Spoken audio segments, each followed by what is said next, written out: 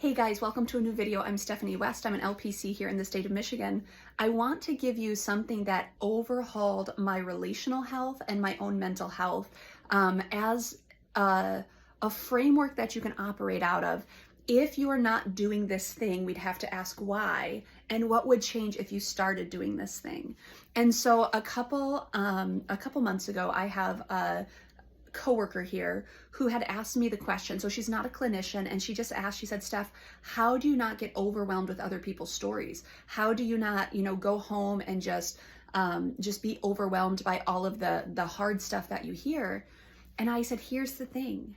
I trust people in their own lives. My job is not to come into their life and be the solution for them. I trust that they can do what's needed to be the solution for the distress that they're experiencing. So I can come into someone's story and I can help give them tools, and we can practice things together, and I can be their cheerleader and their coach and their accountability partner. And there's so many roles that I can play with them. But ultimately, any tool I hand them, they have to pick it up and they have to do the work. And not only do I trust they can, I trust that those who want to do the work and those who want to get well will, with or without my influence and with or without my control. And so I'm just, I'm a liaison between people and health, but they've got to want the health. And so I trust that if someone comes to me, they're willing to do the work. And if they're not willing to do the work yet, they're going to have to sort that out. My job is not to, tell them why they should change. My job is not to tell them how they should change. My job is to sit with them and say, okay, you want to change? Tell me my role in that, and let's get to work. Because I can walk with you through anything, but I can never do it for you.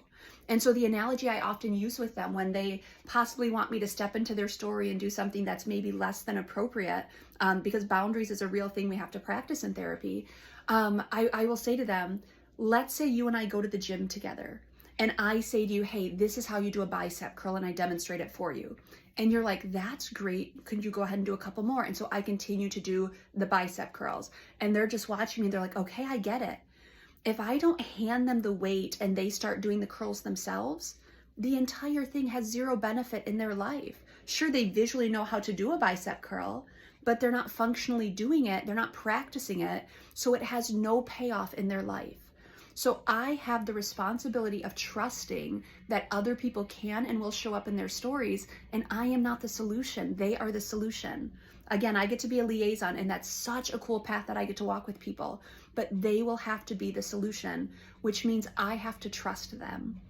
When I talk about my control freak tendencies kind of being dismantled, it happened when I started to trust that other people will show up.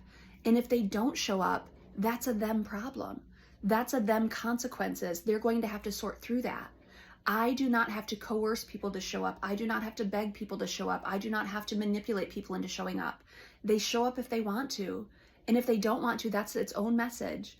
But I trust that those who want to show up well will, and that they can, and that even if they're not there yet, whatever that means, they'll get there.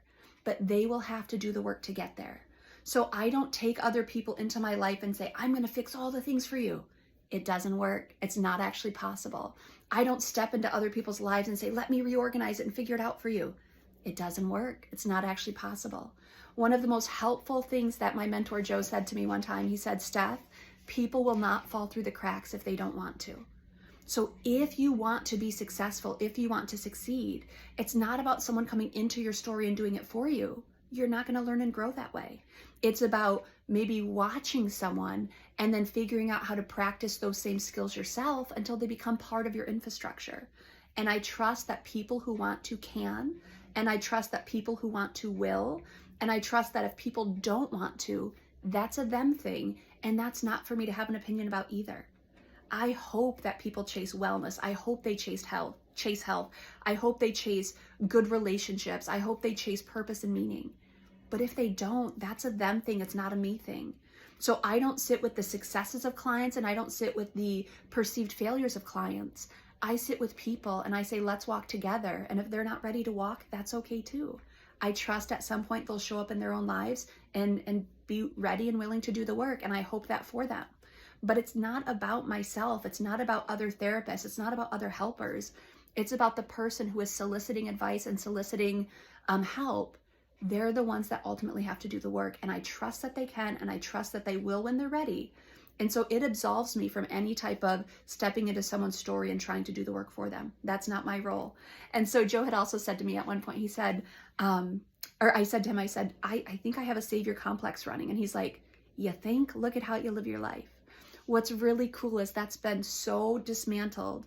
And yes, I want to help people, but there's boundaries there now because I trust you to show up, and I trust when I want to make changes, I'll have to show up. And that's how it works. And so if for some reason you're stepping into someone's story and trying to force change, or you're stepping into someone's story and trying to coerce certain outcomes, understand that has very limited effect because that's not your role. We have to trust other people to show up when they're ready. And if they choose not to, that's its own message.